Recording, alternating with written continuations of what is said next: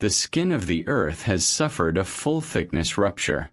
In Chapter 20, we've moved from the social brain of the capital to the skeletal remains of Antigua. This isn't just a city. It's a calcified fossil of a disaster.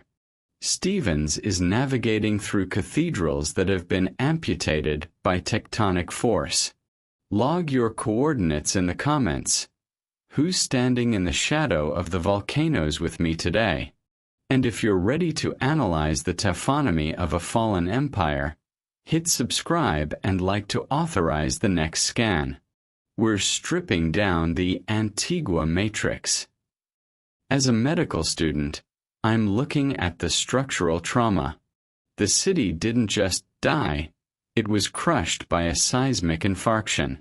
Stevens is documenting the death mask of a colonial powerhouse, looking at how the jungle is slowly performing a biological debridement on the stone. Walk softly. The ground has a memory. Let's move. Chapter 20. At 2 o'clock we were awakened by the crowing of the cocks, and at 3 the cargo mules were loaded and we set off. The road was level and wooded, but desperately dusty. For 2 hours after daylight we had shade, when we came upon an open plain, bounded on the Pacific side by a low ridge and on the right by a high range of mountains, forming part of the great chain of the Cordilleras. Before us, at a great distance, rising above the level of the plain, we saw the spires of the Cathedral of Leon. This magnificent plain, in richness of soil not surpassed by any land in the world, lay as desolate as when the Spaniards first traversed it. The dry season was near its close. For 4 months there had been no rain, and the dust hung around us in thick clouds, hot and fine as the sands of Egypt. At 9 o'clock we reached Leon, and I parted with my companions, but not without a courteous invitation from the younger to take up my rest at the house of his brother. The suburbs were more miserable than anything I had yet seen.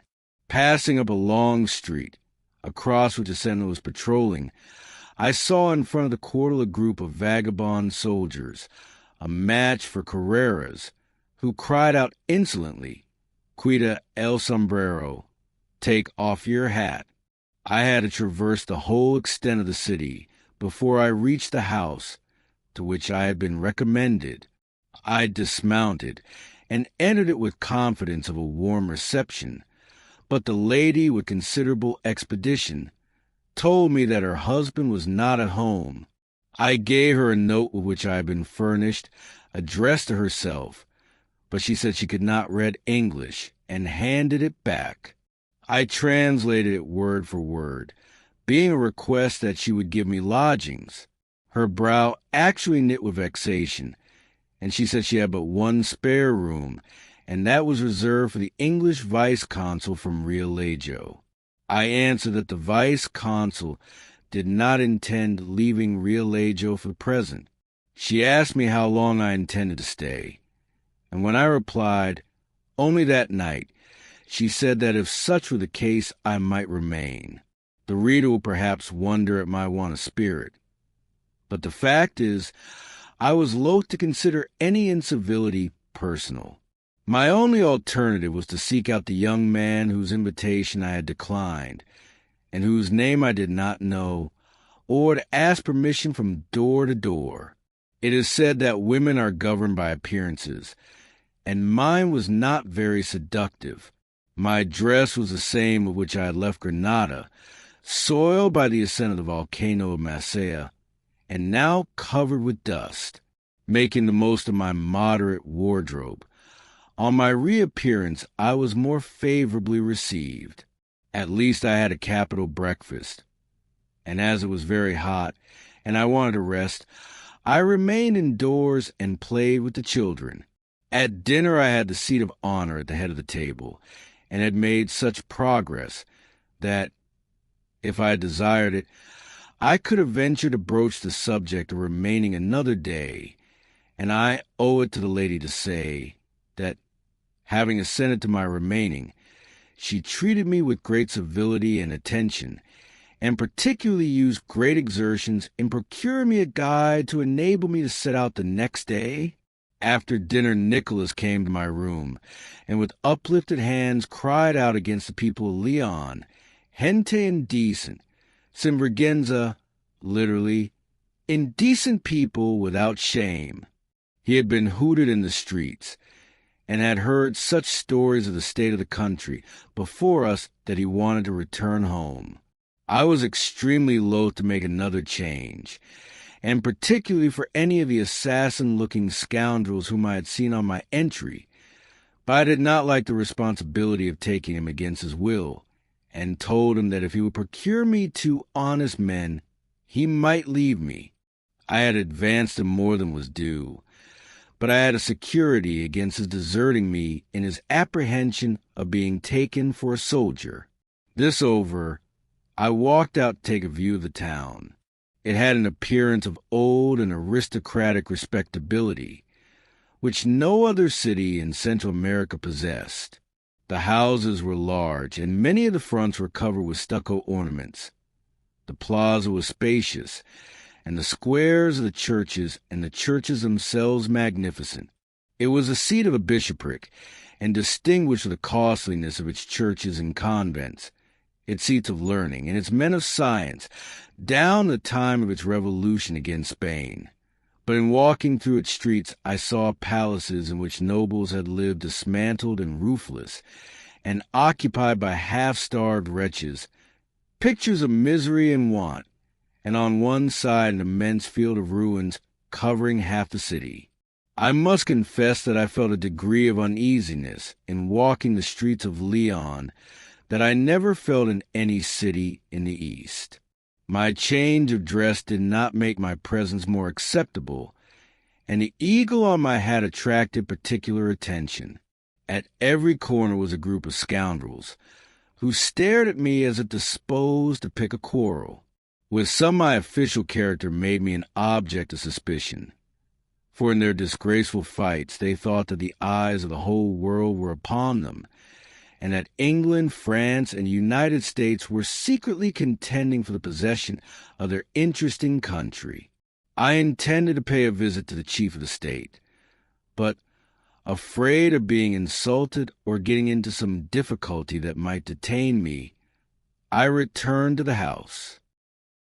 By means of the servants, Nicholas had found 2 men who were willing to accompany me, but I did not like their looks, or even to let them know when I intended to set out. I had hardly disposed of them before my guide came to advise me not to set out the next day, as 500 soldiers, who had been making preparations for several days, were to march the next morning against San Salvador. This was most unpleasant intelligence. I did not wish to travel with them or to fall in with them on the road, and calculating that their march would be slower than mine, told the guide to ascertain their time for starting, and we would set out 2 hours before them. Nicholas went out with him to take the mules to water, but they returned in great haste with intelligence that piquets were scouring the city for men and mules, and had entered the yard of a padre nearby and taken 3 of his animals. The lady of the house ordered all the doors to be locked and the keys brought to her, and an hour before dark we were all shut in, and my poor mules went without water.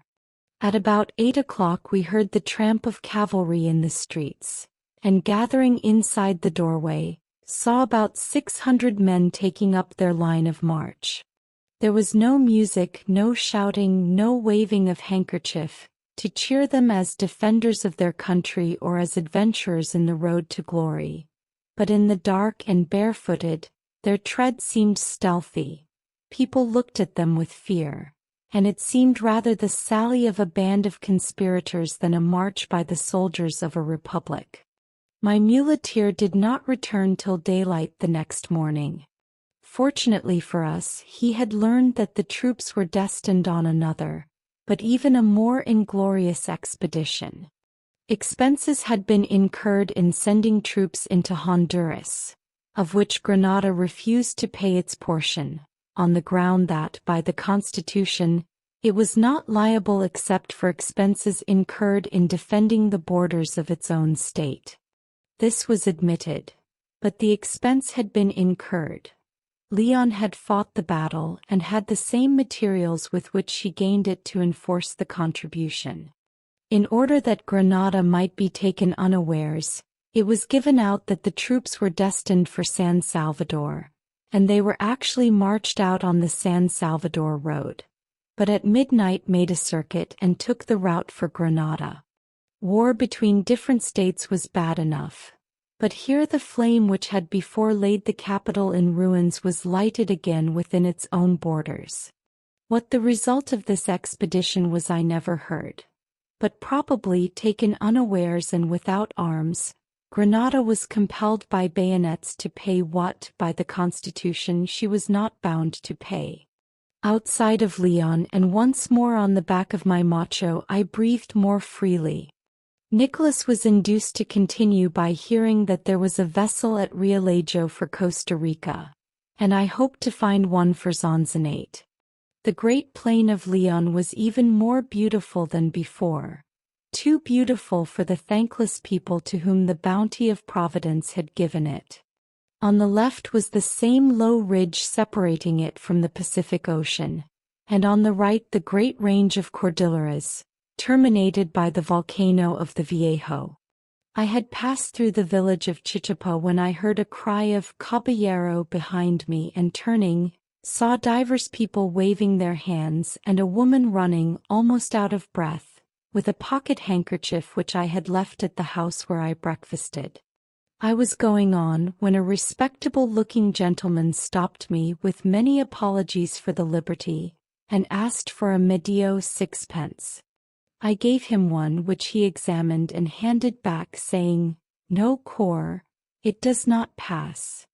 It was always, in paying money, a matter of course to have 2 or 3 pieces returned, and this I sometimes resisted. But as in this land everything was au reverse, it seemed regular for beggars to be choosers, and I gave him another. My stopping place was at the house of Mr. Bridges, an Englishman from one of the West India Islands, and, as usual, my first business was to make arrangements for continuing my journey. My whole road was along the coast of the Pacific, but beyond this the Gulf of Conchagua made a large indentation in the land, which it was customary to cross in a bungo, sending the mules around the head of the gulf. I was informed that the latter was hazardous, as the Honduras troops were marching upon San Salvador and would seize them. I might save them by going myself, but it was a journey of 6 days, through a country so desolate that it was necessary to carry food for the mules, and as I had still a long road beyond, I felt it necessary to economize my strength.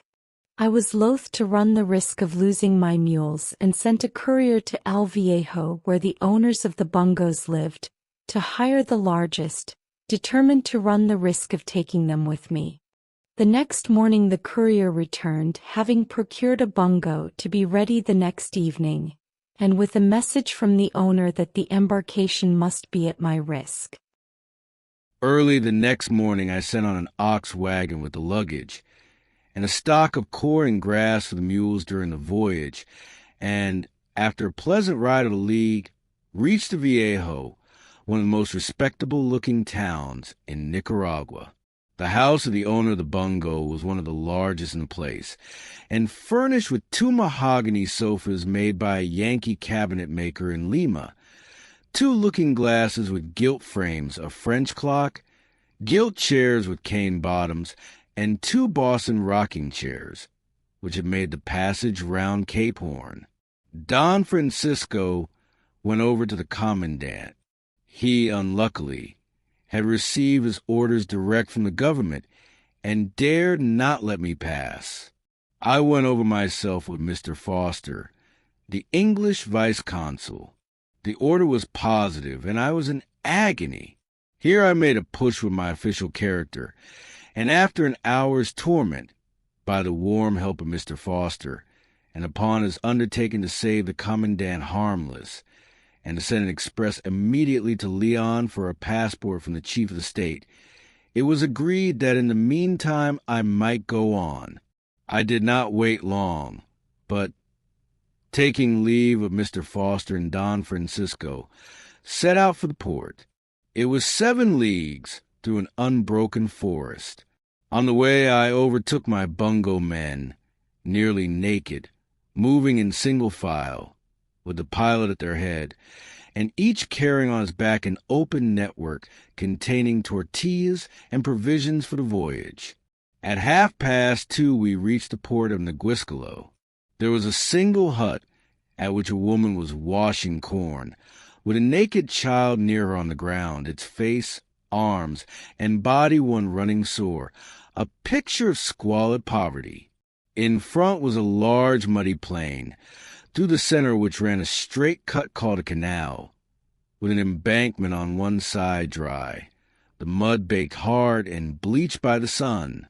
In this ditch lay several bungos high and dry, adding to the ugliness of the picture.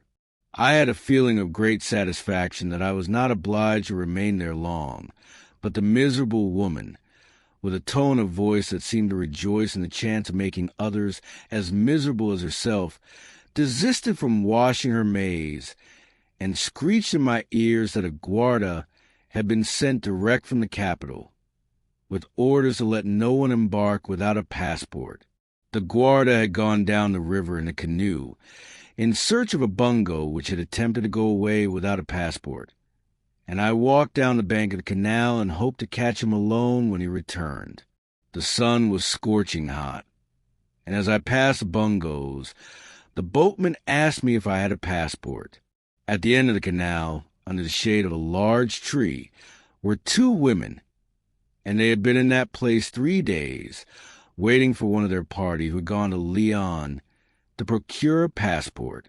It was more than an hour before the guarda appeared. He was taken by the eagle on my hat, and while I told him my story, said, "Si, senor," to everything, but when I talked of embarking, said, "Senor, you have no passport." I will not inflict upon the reader the details of all my vexations and anxiety that afternoon. I was most eager to hurry on.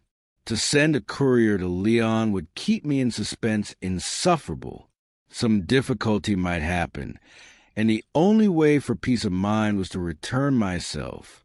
I had already made a longer journey than is ever made in the country, without an interval of rest. The road before me led to the seat of war, and 4 days' detention might throw me into the midst of it. In fact, the result proved that 1 day would have done so.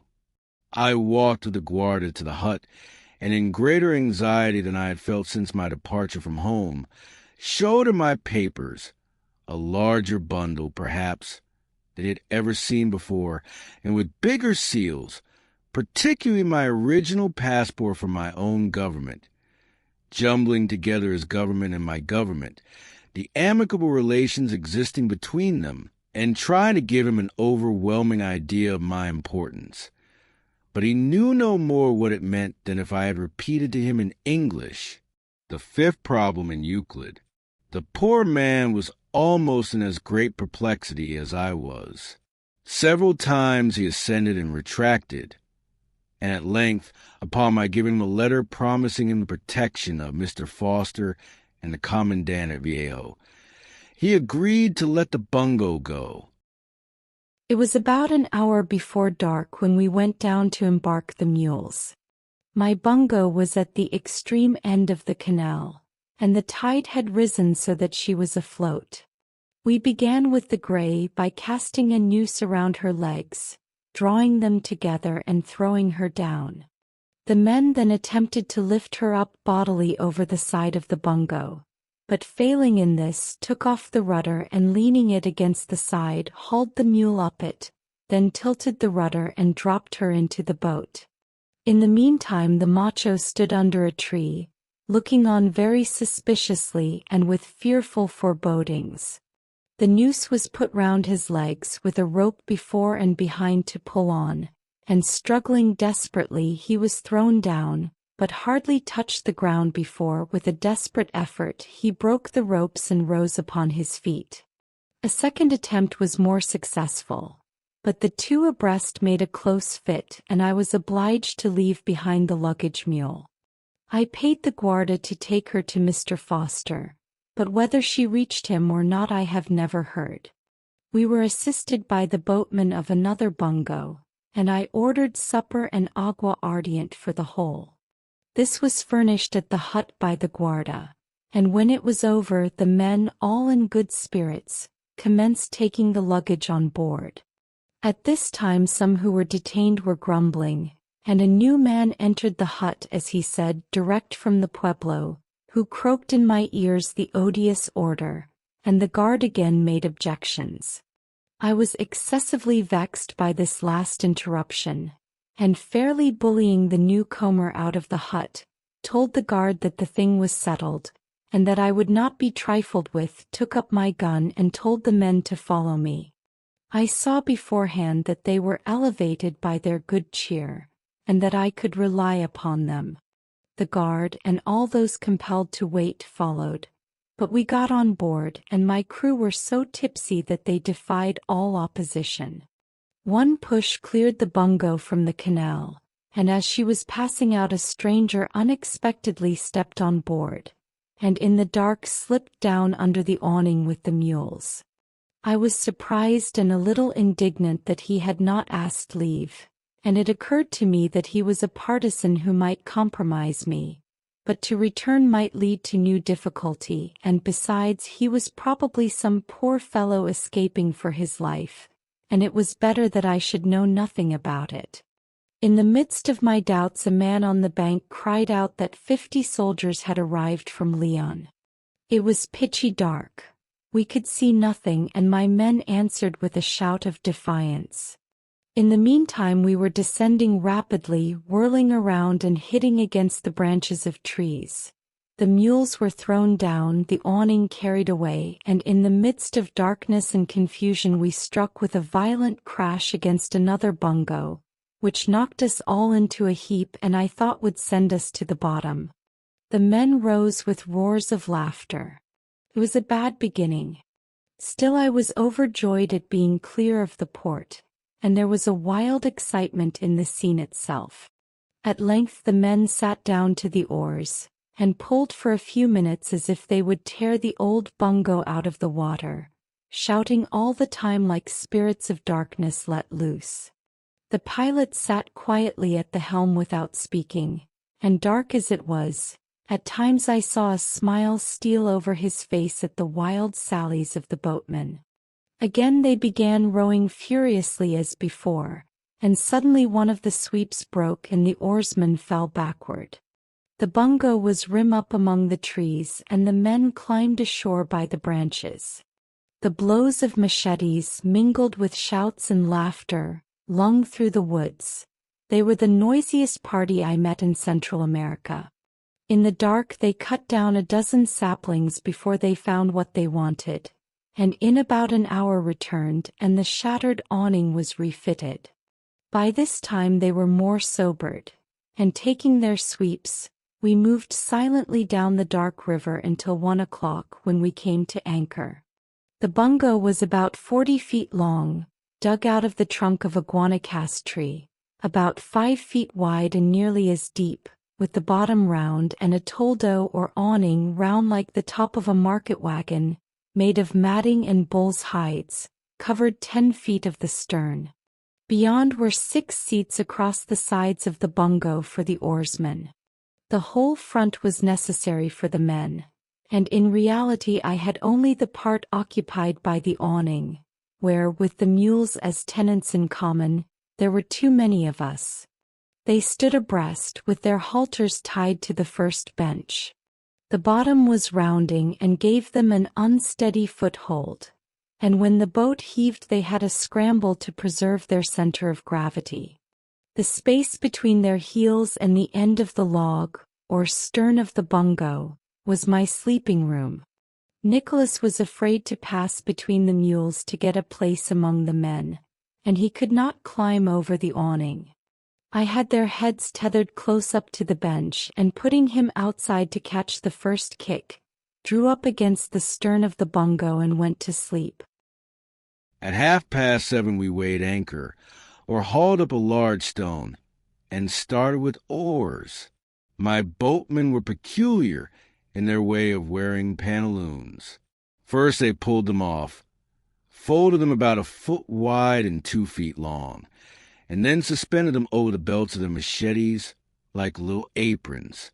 At 9 o'clock we reached the mouth of the river. Here we hoisted sail, and while the wind was fair, did very well. The sun was scorching, and under the awning the heat was insufferable.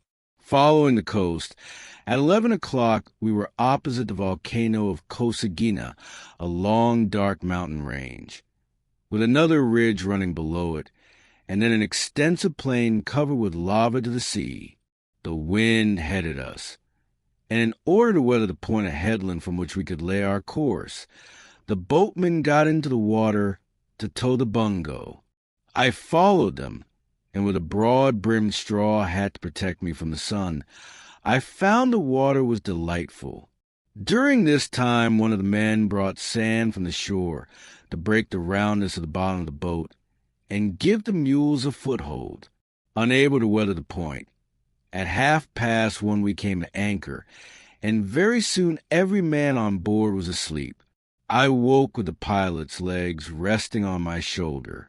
It was rather an undignified position, but no one saw it. Before me was the volcano of Coseguina, with its field of lava and its desolate shore, and not a living being was in sight except my sleeping boatman.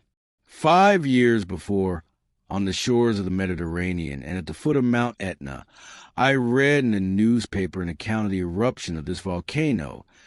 Little did I then ever expect to see it. The most awful in the history of volcanic eruptions, the noise of which startled the people of Guatemala 400 miles off, and at Kingston, Jamaica, 800 miles distant, was supposed to be signal guns of distress from some vessel at sea. The face of nature was changed. The cone of the volcano was gone. A mountain and field of lava ran down to the sea. A forest, old as creation, had entirely disappeared, and 2 islands were formed in the sea. Shoals were discovered, in one of which a large tree was fixed upside down. One river was completely choked up, and another formed running in an opposite direction. 7 men in the employ of my bungo proprietor ran down to the water, pushed off in a bungo, and were never heard of more. Wild beasts howling left their caves in the mountains, and ounces, leopards, and snakes fled for shelter to the abodes of men. This eruption took place on the 20th of January, 1835. Mr. Savage was on that day on the side of the volcano of San Miguel, distant 120 miles, looking for cattle. At 8 o'clock he saw a dense cloud rising in the south in a pyramidal form, and heard a noise which sounded like the roaring of the sea. Very soon the thick clouds were lighted up by vivid flashes, rose-colored and forked, shooting and disappearing, which is supposed to be some electrical phenomenon. These appearances increased so fast that his men became frightened, and said it was a ruina, and that the end of the world was nigh. Very soon he himself was satisfied that it was the eruption of a volcano, and as Coseguina was at that time a quiet mountain, not suspected to contain subterraneous fires, he supposed it to proceed from the volcano of Tigris. He returned to the town of San Miguel, and in riding a short distance, felt 3 severe shocks of earthquake. The inhabitants were distracted with terror. Birds flew wildly through the streets, and, blinded by the dust, fell dead on the ground. At 4 o'clock it was so dark that, as Mr. S. says, he held up his hand before his eyes and could not see it. Nobody moved without a candle, which gave a dim and misty light, extending only a few feet. At this time the church was full, and could not contain half who wished to enter. The figure of the Virgin was brought out into the plaza and borne through the streets, followed by the inhabitants, with candles and torches in penitential procession, crying upon the Lord to pardon their sins. Bells tolled, and during the procession there was another earthquake, so violent and long that it threw to the ground many people walking in procession. The darkness continued till 11 o'clock the next day, when the sun was partially visible but dim and hazy, and without any brightness. The dust on the ground was 4 inches thick. The branches of trees broke with its weight, and people were so disfigured by it that they could not be recognized. Towards evening my men all woke. The wind was fair, but they took things quietly and after supper hoisted sail. About 12 o'clock, by an amicable arrangement, I stretched myself on the pilot's bench under the tiller, and when I woke we had passed the volcano of Tigris, and were in an archipelago of islands more beautiful than the islands of Greece. The wind died away, and the boatman, after playing for a little while with the oars, again let fall the big stone and went to sleep.